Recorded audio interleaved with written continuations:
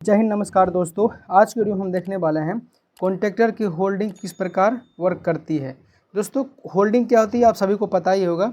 जो कॉन्ट्रैक्टर दोस्तों किसी भी चीज़ को जब हम पैनल बनाते हैं दोस्तों, उसमें क्या होता है, हमें एक होल्डिंग करनी होती है। होल्डिंग के बिना दोस्तों हमारी जो पैनल होती है वो अधूरा होती है। होल्डिंग का मतलब ये हुआ कि जब तक हम एनो पुश बटन को प्रेस करके रखेंगे तब तक हमारी कॉन्ट्रैक्टर वर्क करेगी।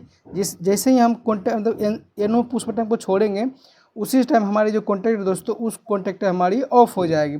तो होल्डिंग दोस्तों इसीलिए की जाती है ताकि जो कॉन्ट्रैक्टर होती है दोस्तों, कॉन्ट्रैक्टर हमारी परमानेंट चालू हुई। एक बार हम उसको पुश बटन को प्रेस कर दे, एनो पुश बटन को, हमारे कॉन्ट्रैक्टर है दोस्तों वो परमानेंट चालू हो जाए। दोस्तों वो जो होल्डिंग होती है, बहुत लोग को क्या होता है, ये कन्फ्यूजन होती है। जब हम दोस्तों किसी एक कॉन्ट्रैक्टर में यदि होल्डिंग करते हैं, जैसे कि पैनल कॉन्ट्रैक्टर में होल्डिंग करते हैं, उस कंडीशन में क्या होता है, हमको ये तो समझ आ जाता है किस प्रकार होल्डिंग की जाती है, हम तो कर लेते हैं। लेकिन दोस्तों वहीं पे यदि हम दूसरी तरीके जैसे M1 कॉन्ट्रैक्टर जो होती है दोस्तों, जो LNT का कॉन्ट्रैक्टर होती है, उसी में जब हम दोस्तों होल्डिंग करने के बाद आती है, उस टाइम थोड़ा कन्फ्यूजन होती है कि होल्डिंग किस प्रकार होगी। ठीक दोस्तों, उसी चीज़ को हम दूर करने के लिए, मतलब ये बताने के लिए हम इस वीडियो को बना रहे हैं, ताकि जो होल्डिंग होती है वो वर्क किस प्रकार करती है। जब हम उसकी होल्डिंग करते हैं, कनेक्शन करते हैं, वो होल्डिंग किस प्रकार वर्क करती है, वही चीज़ हम इस वीडियो में, इस चित्र के माध्यम से आपको बताने वाले हैं। आप सभी को पता है कि होल्डिंग में इतनी सारी चीज़ें लगती है और रहती है, और उसके बाद उसमें हम इसी प्रकार से, जिस प्रकार से आप होल्डिंग करते हैं, ऐसे हम उसी प्रकार से यहाँ पे होल्डिंग करने वाले हैं।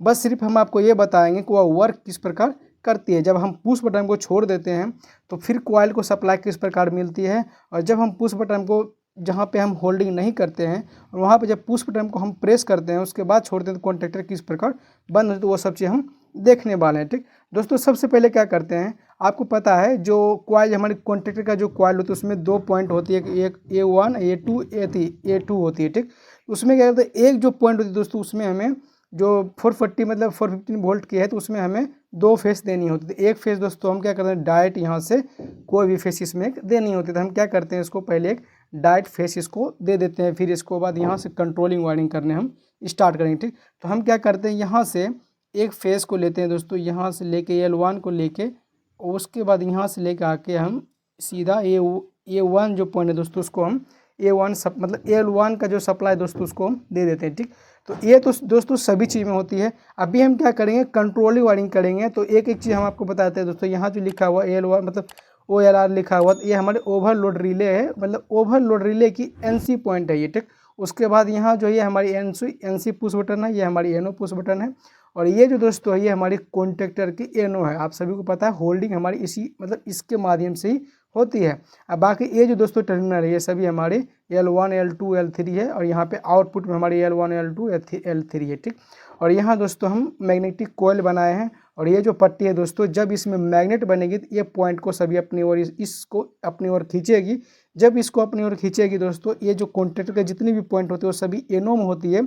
जब इसको खींचेगी तो यहाँ देखेंगे सभी में गैप हमने छोड़ा है। जब इस पट्टी को अपनी ओर खींचेगी तो इस सभी पट्टी इसमें अटैच, जो ब्लैक वाली पट्टी है, ग्रीन वाली पट्टी जो राउंड की है उसमें अटैच हो जाती है। जब अटैच होगी तो यहाँ का सप्लाई यहाँ मिलने लगती है। इतना तो आप सभी को पता है। तो हम क्या करते हैं, अभी इसको एक बार वायरिंग कर लेते हैं, फिर एक बार हम समझेंगे इसको। ठीक, तो हम क्या करेंगे, यहाँ से L3 से एक सप्लाई उठाएंगे।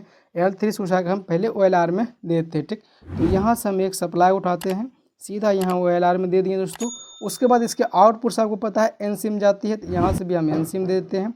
फिर इसके आउटपुट से हम इसके NO में देते हैं। ठीक, इतना तो हमें सबको पता है कि इस प्रकार हम करते हैं। ठीक, तो उसके बाद क्या करना है, यहाँ से NC का आउटपुट से निकल सीधे हमारी A2 के कॉइल में जाती है। ठीक, तो हम क्या करते हैं, यहाँ से सीधा लेते हैं NC पुश बटन से, और इसको सीधे हम कॉइल में जो A2 पॉइंट है दोस्तों, A2 वाले पॉइंट में हम इसको कनेक्ट कर देते हैं।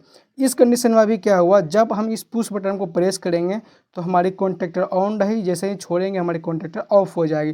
क्यों ऑफ हो जाएगी, क्योंकि ये NC है। जब इसको हम प्रेस करेंगे, यहाँ पे देखेंगे तो ये दोनों के बीच में गैप है, और जब इसको प्रेस करेंगे तो ये दोनों टच हो जाएगा, और टच होगा तो यहाँ का सप्लाई, ये NC है परमानेंट, मतलब ये अटैच रहती है, तो यहाँ की सप्लाई यहाँ आएगी, और ये भी NC है तो ये भी अटैच रहती है, परमानेंट सप्लाई हमारी यहाँ तक आती रहती है। जब हम पुश बटन को प्रेस करेंगे तो ये सप्लाई हमारी निकल के डायरेक्ट कॉइल को जाएगी, और कॉइल के जाएगी तो कॉइल हमारी ऑपरेट होगी, और ऑपरेट होने के बाद जितनी भी कॉन्ट्रैक्टर में जो पॉइंट है वो सभी अटैच हो जाती है। ठीक, तो इसी प्रकार से हमारी वर्क करती है, और जब हम इसको छोड़ेंगे तो हमारी बंद हो जाएगी। तो होल्डिंग किस प्रकार करते हैं वो हम अभी देखते हैं। तो या तो आप ये A2 के टर्मिनल से इस NO वाले पॉइंट पर दे दो, या फिर आप NO से ये जो एनो का पुश बटन है दोस्तों, वहाँ से आप इसको सप्लाई दे दो। ठीक, तो हम क्या करते हैं, इसके बीच से दोस्तों एक सप्लाई आगे की ओर इसको हम निकाल देते हैं। ठीक, आप समझ लीजिएगा। तो यहाँ से क्या करते हैं दोस्तों, इस पॉइंट को हम इसमें मिला देते हैं। तो यहाँ से हम सप्लाई लिए हैं, इसको हम इसमें मिला दिए।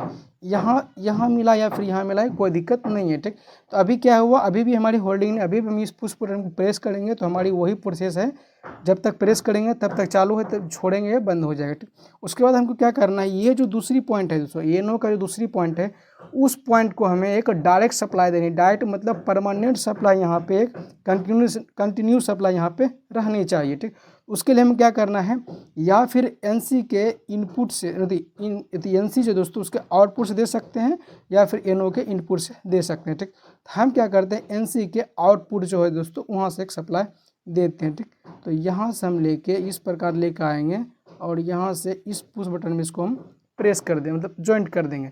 ये हमारी एनसी का आउटपुट है, यहाँ से हम इसको ज्वाइंट कर दिए। अब क्या हुआ, जिस प्रकार यहाँ इस एनसी में सप्लाई परमानेंट थी, उसी प्रकार यहाँ भी परमानेंट सप्लाई हमारी, मतलब यहाँ पे कंटिन्यू रहेगी। ठीक, तो अभी क्या हुआ, जो हमारी वायरिंग है दोस्तों वो कंप्लीट हो चुका है और होल्डिंग का भी वायरिंग कंप्लीट हो चुका है। तो अभी हम देखते हैं इसको, ये हमारी जो वायरिंग है वर्किंग किस प्रकार करेगी। ठीक, तो यहाँ दोस्तों जब हम इसको सप्लाई देंगे, इसमें ये कंट्रोल वायरिंग है, इसमें एक MCB भी लगती है, लेकिन हम आपको नहीं लगाएं तो उसमें कोई बड़ी बात नहीं है, आप लगा भी सकते हैं, बहुत लोग नहीं भी लगाते हैं। तो अभी क्या हुआ, सप्लाई हमारी यहाँ पे आई है, OLR के NC में जाएगी, NC से हमारी NC पुश बटन में जाएगी और NC पुश बटन से निकल के दोस्तों हमारी एनो पुश बटन में जाएगी और यहाँ से निकल के A2 कॉइल में जाएगी। और उसके बाद जैसे हम बताएं, यहाँ से एक और वायर हम लूप किए थे, उसको हम कॉन्ट्रैक्टर के एनो में देने के लिए। तो अभी क्या हुआ, अभी हम यहाँ से भी एक लूप इसको दिए और यहाँ से एक डायरेक्ट सप्लाई हमारे यहाँ भी मिल रही है। तो अभी हम क्या करेंगे, इस पुश बटन को जब हम प्रेस करेंगे तो यहाँ का सप्लाई दोस्तों ये यहाँ से निकल के इस प्रकार कॉइल को मिलने लगेगी। और जब कॉइल को सप्लाई मिलेगी, जब यहाँ पे सप्लाई आएगी तो यहाँ भी सप्लाई जाएगी। ठीक, और जब कॉइल को सप्लाई मिलेगी दोस्तों, तो आपको जैसे पहले बताया, इसमें एक मैग्नेट बनती है। जब मैग्नेट बनेगी तो ये जो धातु है दोस्तों, इसको अपनी ओर इसको खींच लेगा। ये जो ब्लैक कलर में है दोस्तों, इस पट्टी को अपनी ओर खींचेगी। जब इस पट्टी को अपनी ओर खींचेगी, जब यहाँ मैग्नेट बनेगी, तो ये जो पट्टी है दोस्तों ऑटोमेटिक, ये पट्टी इसमें अटैच होगी। जो ब्लैक वाली ये जो लाइन दिख रही है, ये लाइन इसमें अटैच हो जाएगी, सभी अटैच हो जाएगी। यहाँ दोस्तों ये क्या है, ये हमारी L1 है, ये L2 है, L3 है। ठीक, और यहाँ से हम उसी प्रकार से L1, L2 और L3 है। तो ये क्या हुआ, यहाँ हमें मोटर का पॉइंट लगाते हैं, यहाँ पे हम जो सप्लाई 3 फेस है उसको हम यहाँ देते हैं। तो ये पॉइंट सभी अटैच हो जाएगी, ये भी पॉइंट अटैच हो जाएगी।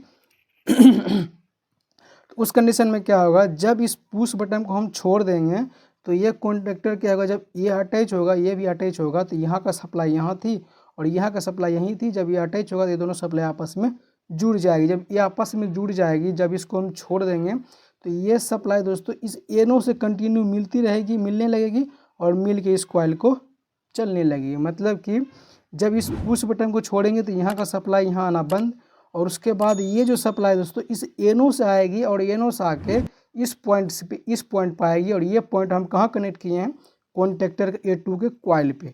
एक तो सप्लाई हमें डायरेक्ट मिल रही है और दूसरी सप्लाई हमें हमको इस प्रकार यहाँ से मिलने लगी। और हमारी जो कॉन्ट्रैक्टर जो कॉइल है वो एक्टिव होगी। एक्टिव होने के बाद जो कॉन्ट्रैक्टर की जो प्रोसेस होती है दोस्तों, वो वर्क उस प्रकार करने लगती है। ठीक, इसी प्रकार से हमारी कॉन्ट्रैक्टर की होल्डिंग वर्क करती है। ठीक, उसके बाद देखो ये टूटती कैसे, इसकी होल्डिंग जब हम इसको बंद करते हैं तो किस प्रकार टूटती है, जब हम यहाँ से या फिर यहाँ से जब इसको हम प्रेस करेंगे दोस्तों, तो ये सप्लाई हमारी कट हो जाएगी।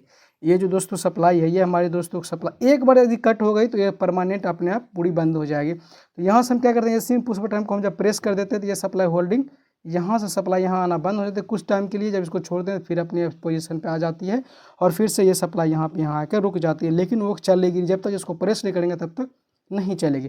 दोस्तों होल्डिंग में बस इतना ही होती है और कुछ नहीं होती है। होल्डिंग तो करना आता है, लेकिन उसकी प्रोसेस को समझना बहुत मुश्किल हो जाती है और हर जगह कहीं कहीं हम फंस जाते हैं और दिक्कत होने लगती है। ठीक दोस्तों, उम्मीद करता हूं कि इस वीडियो से ज़रूर आपको कुछ सीखने मिला होगा। यदि आपको कुछ सीखने को मिला है तो वीडियो को लाइक कर दीजिएगा, हमारे चैनल को सब्सक्राइब कर दीजिएगा। दोस्तों आज की वीडियो में इतना ही, मिलते हैं किसी नेक्स्ट वीडियो में किसी नेक्स्ट टॉपिक के साथ। तब तक के लिए जय हिंद।